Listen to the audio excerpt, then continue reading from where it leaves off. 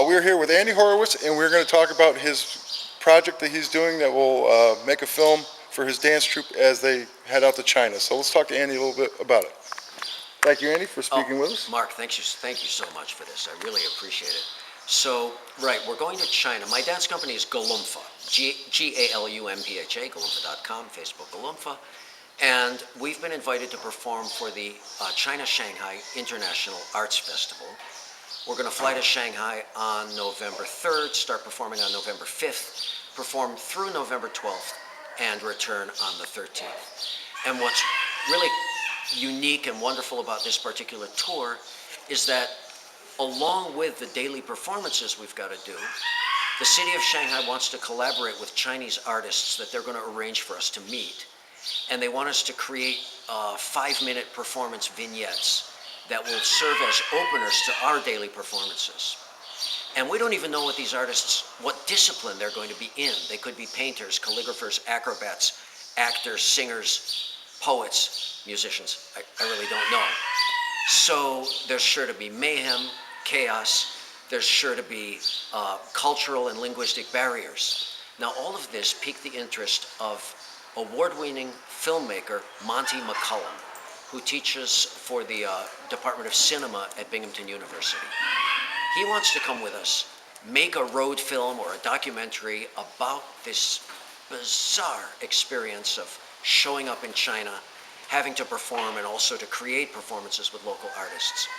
We're crowdsourcing through USA Projects to raise $12,000 to cover Monty's airfare, extra camera equipment he'll need, per diem and hotel and food in China like that. Mark, thanks so much for plugging this. Yeah. I truly appreciate it. Oh, my pleasure.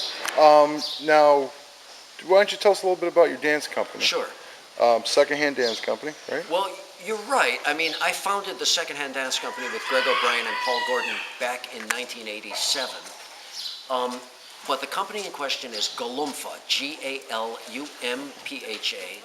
What happened was when about 11 years ago, when the Secondhand Dance Company lost a member, we kept all the other members and office staff, everybody just stayed on board, but we changed the name. Okay. So we are Galumpha, and we are an acrobatic dance trio. We're irreverent and quirky, and some people see us more as physical comedians, others see us as acrobats, but our feet are firmly planted in the discipline of dance. So how long have you been dancing yourself? Well, since before the Secondhand Dance Company, Right. Of which I was a co-founder back in 1987, so the answer is a way long time. Right. So what inspired you to become a dancer? I was an acting major at Binghamton University, and I think we still do this, but back then you had to take a dance class even if you were an actor, and I loved it. Once I started dancing, I really was hooked on it. Now, I always thought I was an actor, and ironically, I'm working as an actor right now. As Mark, we're on a movie set here, and Mark and I are both in this horror film. So, I still work as an actor, but dancing, it really captivated me. I loved it. So I got together with some other guys back then in the mid-'80s. We started to create dances, and to make a very long story very short, we started to make a living at it early.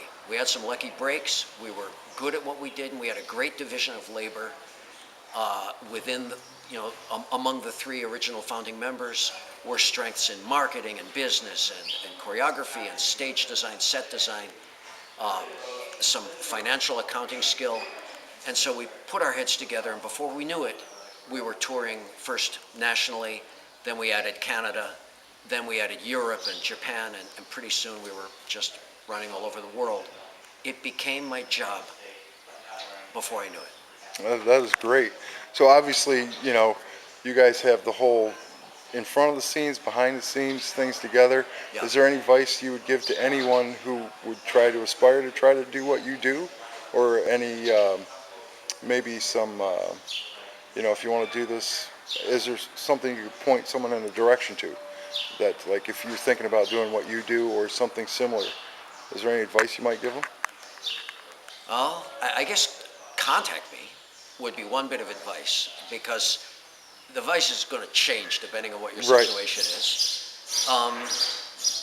There's a moment of reckoning. I'm looking at Mark Dickinson here, and he is a very accomplished musician, so, he'll identify with what I'm going to say.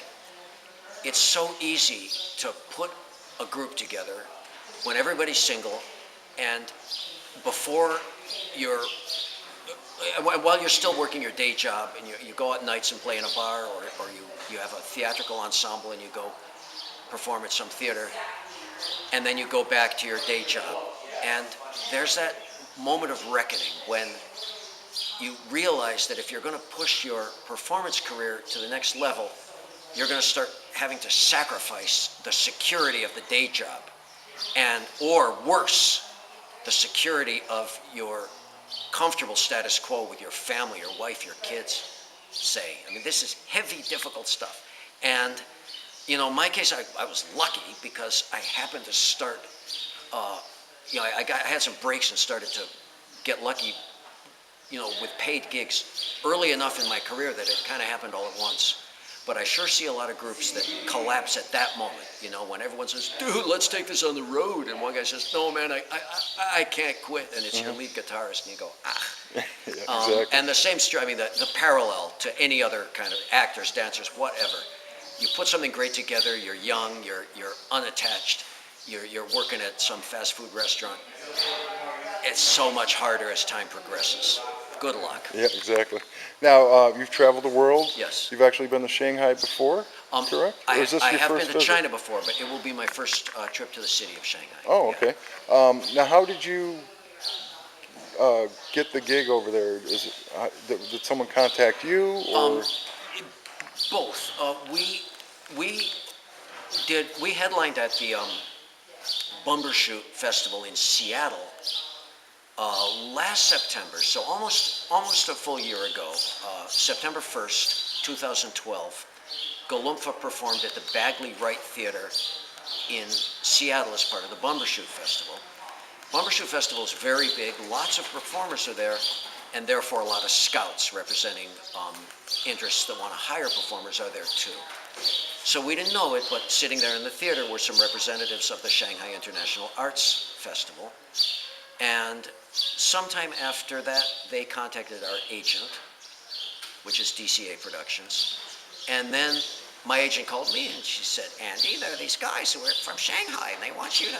And so we arranged for a meeting in New York City during the annual APAP conference, which is the Association of Performing Arts Presenters, great big performing arts trade fair in New York City. And we met at the Hilton Hotel and sat down and talked about Galumpha performing in Shanghai. That's how negotiations started. Now, this was before I knew that Monty McCullum wanted to come on board and film it. Had I known that in advance, I might have been able to negotiate that right into the contract with Shanghai. But no, we're relying on you for that part of it, and that's why we're crowdsourcing for the extra 12 grand. That is awesome. One quick thing before we go. Sure. Any final words? Thanks, Mark. I truly appreciate it. And thank you, guys. If you donate to the project, we have wonderful perks for you. Mark will give you a link there, and it's through USA Projects. You can link directly through Galumpha's page on Facebook, Galumpha. Also, right on the front of our official website page, galumpha.com.